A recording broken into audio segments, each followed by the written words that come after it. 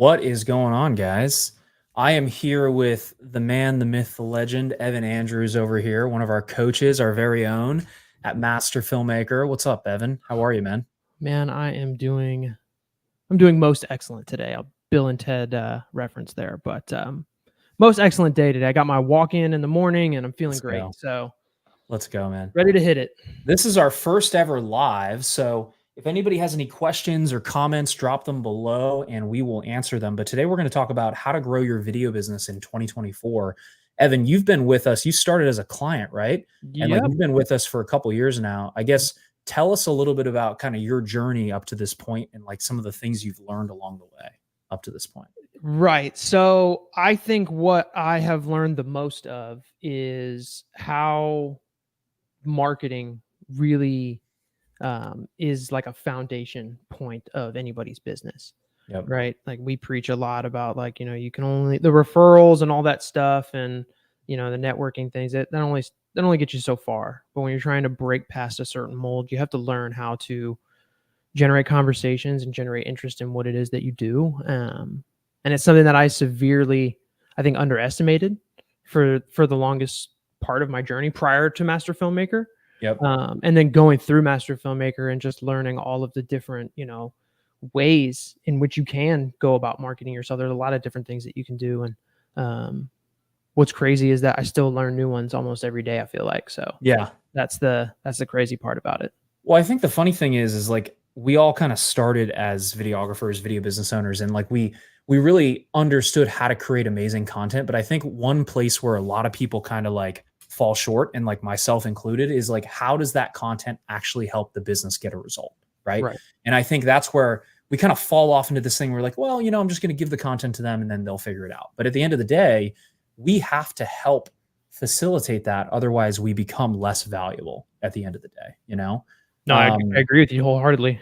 Yeah. How was that like transition for you? Like what kind of like sparked that? Because I know you started by just doing graphic design. Yeah. And like, how did that work? Well, I mean, results also too, it's kind of a subjective, because the goal for everybody's different, right? Yep. So sometimes results can just be growing a following on Instagram, right? Sometimes the result is booking more sales calls. It's not always like the money aspect, which we all want that to be the eventual end goal. But there's so many like small checkpoints that get to the sale, like that have to come like before, right? So there's many goals in front of that. And I think a lot of people chalk it up to the end result that we obviously all want to accomplish for ourselves and our clients. But we forget like that you can't jump all of the steps in between. So I think trying to learn how to harness like understanding what the first goal that you need to get to is before you can get to that and that revenue goal at the end of the day, and not trying to bypass it and just like jump all the way over. Right. Yeah, no, that makes sense. So just more so like really understanding where the root of that comes from is what you're saying. Yeah. For me, it's like conversations has to be the first thing. Right. Like somebody has to be willing to open up that conversation. And sometimes, like, especially when you're first starting out, and you might not have, let's say, an ad budget to run paid advertising. I mean, the outreach has to come from your end, right? We all aspire to have that like inbound system that we all want that kind of runs for us while we're not having to do all of that outbound. But we have to be able to get to a position of that. And there's a lot of different ways that you can get there. Everybody's got their own. But I think that the first thing that anything with generating money through content, whatever, like a conversation just has to be the first thing. The first goal for anybody has to accomplish is a conversation. Yeah, 100%. And I guess like, how has your business kind of evolved over the years? Because I know you started with us, you started with graphic design, like walk us through that process. Like how so prior to even being a student here, I was just doing kind of the one-off project kind of stuff. And then a couple of months actually before becoming a student, I actually did land a retainer. It was only for about 3 months. And then it kind of went by the wayside, but that was because I was just generating content and I was posting it for them, but I was just generating content with no real like strategy to that. Right. So I think that's probably why it went the way that it did. Cause I still am connected to some of those clients, and I still see that they're doing their thing today. So it's kind of, they figured out like what I was doing and they just started doing it for themselves, which is all fine.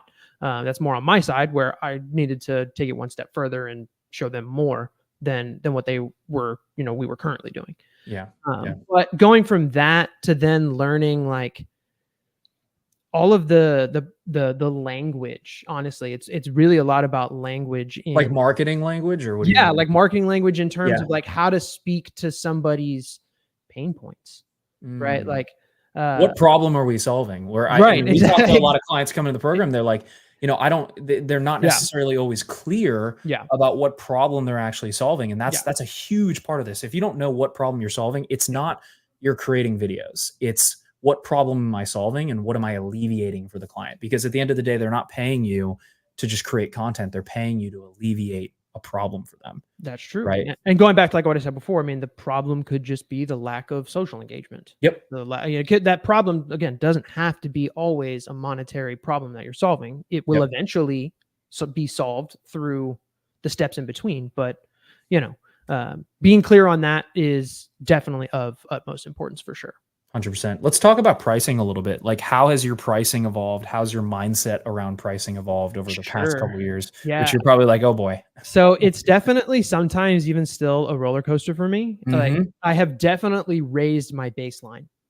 Like my baseline went from, I was doing the $200, $500 videos. And now I don't even leave my house for less than $1,500 for a shoot. Like, that's just what it is. But it just goes up from there based on the goals and the results that they're trying to, ascertain from that. But I really like to segment it out. Like, when I understand what I want to, or what they want to have accomplished, I just then have to kind of reverse engineer the steps that it's going to take to get there. And then I can allocate what I think, time or people or resources that need to go into that. And then also understand what it is that I can potentially generate for that person. Because if I can make somebody $1 million, I can ask for 100,000. It's, so I think just understanding those things, not shooting myself in the foot anymore, has probably been the biggest shift for me personally. We got a comment here from SM. It says, I'm in a tough market, New York, and maybe not utilizing it right. I don't know if you finished your comment here, but if you can, SM, go ahead and drop another comment and elaborate a little bit on this. And what kind of content do you shoot specifically? Because obviously, like, market is somewhat dependent, but it really comes down to, like, I don't even, unless you're doing like real estate photography or doing something like that, you're really not that market dependent. It's more about, are there businesses around you? Do they have a problem that you can solve? And then we're going to charge based on what we can actually solve, how we can solve that problem. Right. So like, we talk about value-based pricing. What we don't want to do is we don't want to charge based on hourly rates and day rates, right? We want to charge based on what is the outcome. If we can create content that we know realistically could generate tens of thousands or hundreds of thousands of dollars for a business, then we'd want to charge, $10,000 to $15,000 to $20,000 for that, because you can see how that could help them over the long run, right? And so when we do that, and especially when you can come up with a specific method for your content and come up with a unique mechanism, then you can put yourself in what we call a category of one, to where you can then, you don't have as much competition because you're not being commoditized by day rates and hourly rates. You know what I mean? Yeah. So it's less about the market. I don't know if you can complete that comment, but it's less about the market. It's more about, you're answering my question. Okay, cool. It's more about what type of content and you're creating and what type of result you're able to get for your clients. Right. Yeah. Because if I'm in New York, but I can help a small to medium-sized business generate hundreds of leads or get tons of engagement, which turns into leads and then clients, then like, it doesn't really matter where I'm at. Right. Yeah. Because you're not fighting for commodity. You're not, you're not battling with all these other people. So hopefully I answered that question. If anybody else has questions, drop them below as well. This is good. But yeah, that makes sense, dude. I mean, it comes down to like, just really, how can I help this client? and then how can I help them achieve a result? And Yeah. that's what it comes down to at the end of the day. Like nothing else matters. Like the quality of the content doesn't matter. Like it matters, but it doesn't matter as much as people think it does. Yeah. And then also just the the gear that you have, clients don't care about that. No, yeah. No, they definitely don't care. For sure about what you're using or whatever. It's just how are you going to help them solve the problems that they need solved? Well, the other thing too is like you want to, let's say that you have a certain income goal, and this is something that I don't think enough people do, is like if I have an income goal, if I want to make $25,000 a month, right, as a video business owner, then I need to reverse engineer how many clients and how many retainers I need to get there. Right. Right. So like if I want to do $25,000 a month, then I would need 5 clients paying me $5,000 a month. Yeah. And so then build your packages in a way to where you can do that. And you don't have to worry about, getting a ton of clients for $1,000 or like $1,500 or $2,000 or whatever it may be. Yeah. And then do your outreach or build an inbound lead generation system. Get those people, get those conversations. More conversations equals more clients at the end of the day. Yep. And if you're not having those conversations, then you're not going to convert them down further in the funnel. Yeah. So. The ball just doesn't move without you trying to pass it around, right? 100%. Absolutely. And then I think another big thing for a lot of people is like, how can I work in the business versus working on the business? And a lot of people are stuck working in the business. They're doing the editing, they're doing the content creation, they're shooting, they're interfacing with the clients, and they're not working on revenue generating activities. Yeah. I guess like, what's your experience been with that and starting to hire some of that out? Yeah. So, I mean, in November, I hired on, I guess you'd call him my full-time editor. He's pretty much done all of my content, and I would say probably 90% of my clients' content. Just because, it saves me anywhere from 3 to 5 hours, probably almost a day in what I'd have to do. And that has allowed me to build more relationships, work on different things like my unique mechanisms and my lead magnets, and do all of those things that are going to help me generate more money for myself, that I wouldn't be able to be doing if I didn't have him in place. Right. Now I'm trying to formulate teams around me, individuals that I can use to, do the shooting and the implementation of that side, and just kind of be more of a director on sets. Right. And not have to actually pick up the camera much anymore, even though I like to do it with certain clients that I have just because of our relationship and how well that we work together that way. Yeah. But it's kind of picking my spots and learning how to get out of certain scenarios where I can. Well, I think the interesting thing is like we all, and this is the biggest thing people can start doing, is find somebody who can edit for you. Because that is the most time-consuming task that does not generate revenue. If it's not making you more money, don't do it. Yeah. Right. And we talk to a lot of people, obviously, at Master Filmmaker, people who are in different spots, but it's like people will spend all of their time editing, but then they won't focus on getting new leads or getting new clients. And then they'll wonder why, this month was super busy and there's nothing next month. Right. Yeah. And it's because you're not actually generating any more leads, any more revenue. Yeah. And that's the biggest problem is like, if you spend 40 hours a month editing, right, you could take theoretically 40 sales calls. And this is the math I did for one of our clients, Shane. Yeah. And he was like, holy crap, dude, I'm leaving so much money on the table. So Shane, we're coming for you. Yeah, Shane, we're coming for you. So 40 hours a week or 40 hours a month, right? You could take 40 sales calls that are an hour long, right? Mm-hmm. And so let's say you take 40 sales calls. Let's say you close at a terrible rate and you close at 10%, right? So 10%, that's 4 deals. Mm-hmm. Let's say you charge an average of $5,000 a month. 5 times 4, that's $20,000 a month you're leaving on the table by simply not delegating the editing. Yeah. And it hurts. It's like, it's not, once you start to reach a higher level, it's not how much work can I do? It's who can I find to start delegating things that don't make me money so I can focus on the things that make me the most amount of money possible. Right. Yeah. And that hurts for a lot of people. I think where some of it stems from too, because I've definitely been a victim to this myself, is it's the time and effort that it goes into finding the right editors, training them up, right? Like we get there's always that hurdle that you have to get over working with one of those types of people, right? But once they get it and they know what you're looking for. Yep. But we all, because I've done it before too, where it's like, oh man, if I would have just done this myself in the beginning, we wouldn't be here kind of going through revisions and doing all of this. And you know, I understand that, but you will thank yourself in the long run. Right. It's just taking that short-term little, pain yeah. for long-term gain. And people Yep. are like, well, no one can do it as good as me. Yeah. Well, yeah, no shit, dude. Like, that's because you're the business owner. Like, one of my mentors told me this. It's like 80% done is better than 80% done by somebody else is better than 100% done by you. Right.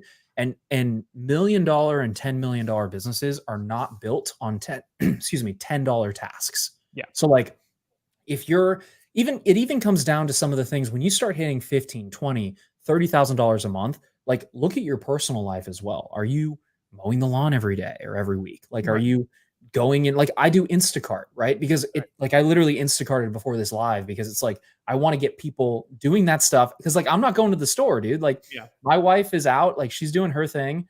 And like, I'd rather have someone come and deliver that for me because that's, maybe 30 minutes there. You do shopping for 20 minutes and then another 30 minutes back. Instead, I can be on this live and I can be, chopping it up with you and talking about business and doing things that are revenue generating activities as opposed to like those little things, because you can spend a ton of time and energy and effort on things that don't actually move the needle. And then you wake up one day, it's 10 years down the line and your business hasn't actually moved because you're focusing on the wrong things. And that's a painful place to be. Yeah. No, for me, my ideal goal is to be able to pick and choose those spots and do those when I want to do them. Yeah. And I don't want to go to the store with my family, then I can. Yes. Right. Yeah. Like that's not because Costco trips with like, samples on the weekends, you go and hit those up with the family. Yeah. Right. Sure. SM says there's been an issue. That's been the issue. I'm an editor and I'm trying to run a business. Yeah. So because you are the technician, right? So you're a editor. If you want to be a business owner, you need to find other editors who are just as good as you. So then you can delegate that and then you can focus on getting more clients and building more of a client base to then pay those editors. Right. And so I think that's another thing is a lot of people want to be the technician, but you kind of have to make a decision in the beginning. Like, do I want to only be the one doing this thing? Or do I want to take a step back maybe and start hiring and releasing control so other people can start stepping in and doing that for me? That's true. Yeah. Dan hyping us up over there. Too much value being dropped. I love it, Dan. Dan, if you want, dude, pop on here. DM us for the link. Yeah, man. I'll send it in Slack. Better see you on my call later. Yeah. Here, I'm gonna send it because I know you're online, Dan. I'm gonna invite you to this right now. Hold on. I'm gonna send you this link. Hop in. We'll talk. Yeah, no, I mean it is. It's a huge thing. It's just that's usually what bottlenecks growth. It's not always like the tactical stuff. A lot of times it's mindset. And like I could give you all the tactics in the world, but if you don't know how to use them and you're not in the mindset of like, I'm going to relinquish control, I'm going to become a business owner, not a technician, nothing's going to work. So you really have to have that mindset around it. So yeah, no, for sure. And I think sometimes too, people get like, it's not necessarily always an all or nothing transition. Like you have to because you can overwhelm yourself by just jumping too fast or whatever, but learning how to find, like, it's like those stepping stones, like I was talking before, like learning and understanding those spots and when to relinquish that specific control and how that helps you pivot to the next thing. Those are important things to realize. Well, and the easiest thing to do too is look at, and we do this with our clients, but do a time audit.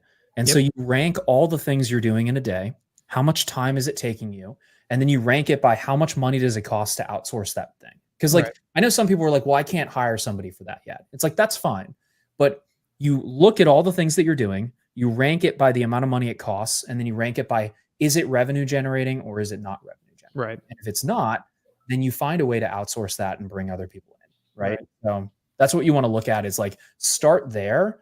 And then you start one by one, let me do this. Let me outsource this. Let me outsource this. And then it's not like a, one of my mentors taught me this too. It's not like a light switch. It's a volume knob.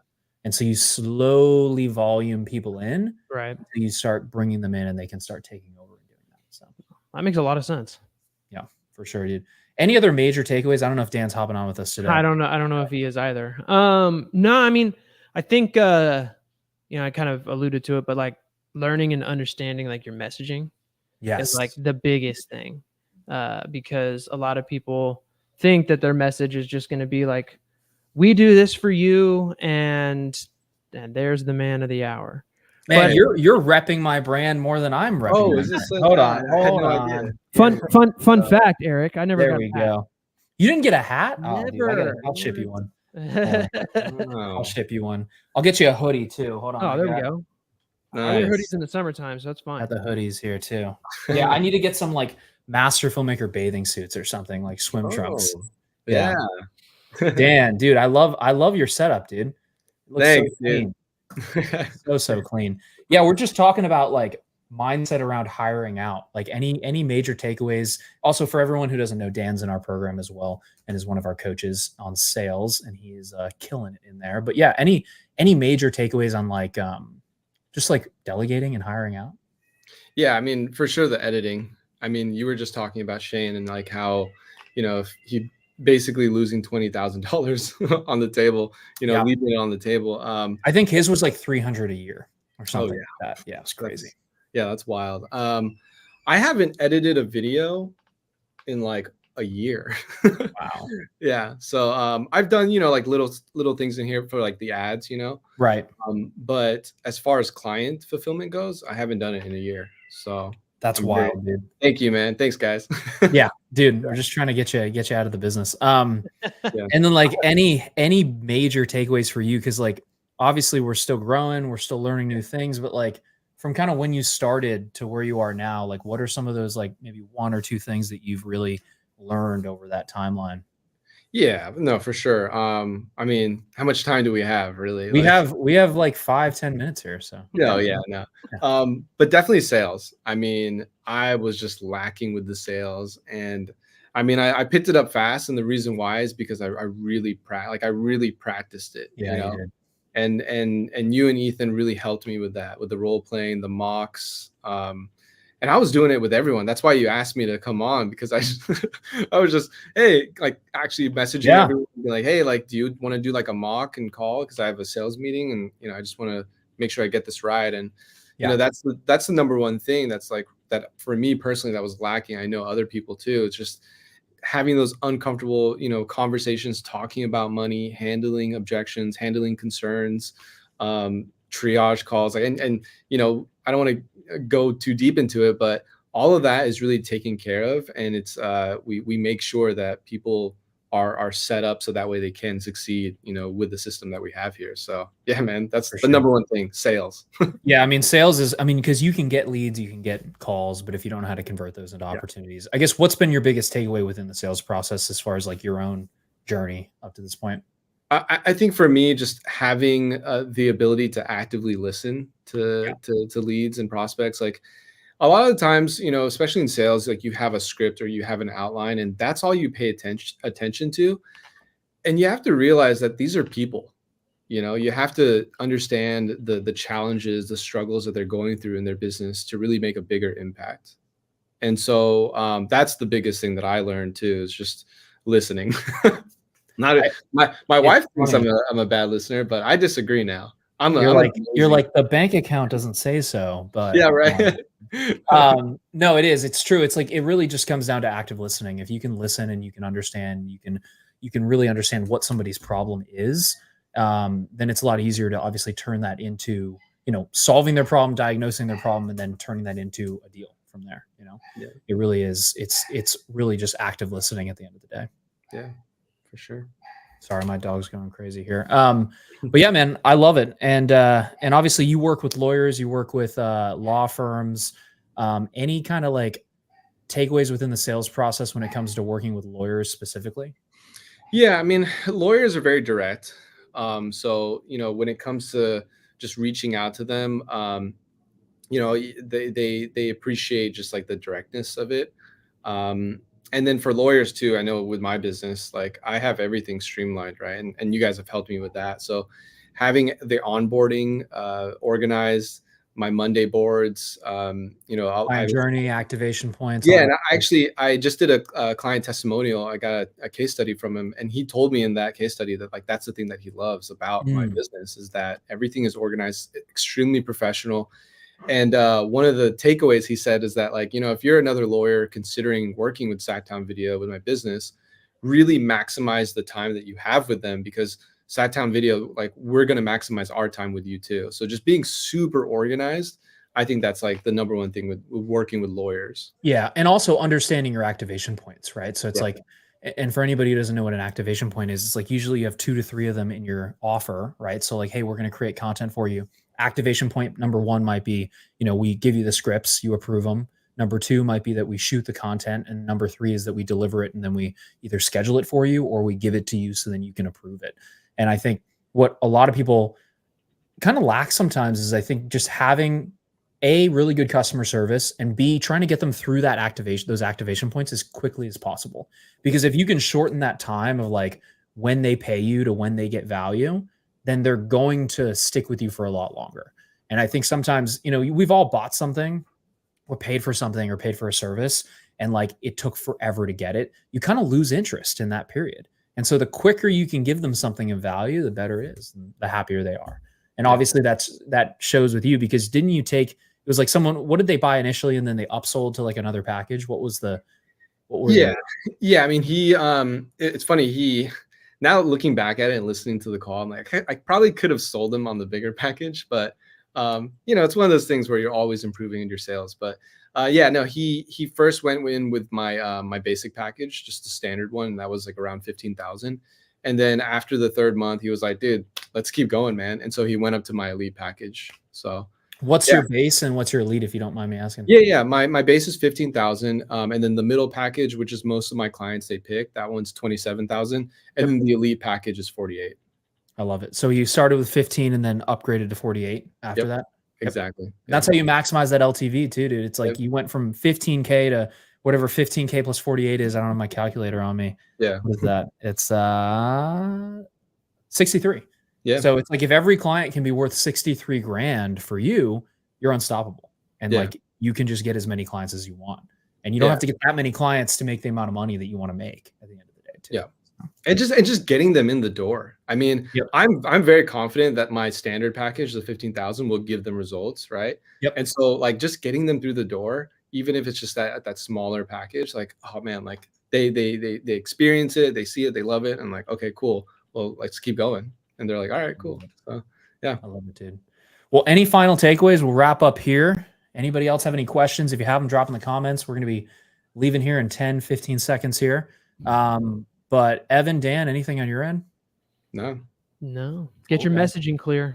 Get your messaging clear. We're going to do more of these lives. If you guys like these lives, drop a comment down below. Let us know. And we'll try to do these at least once a week. Answer any questions. Come with questions. We'll answer them. And that is pretty much it, guys. We'll see you next week. Peace. Boom.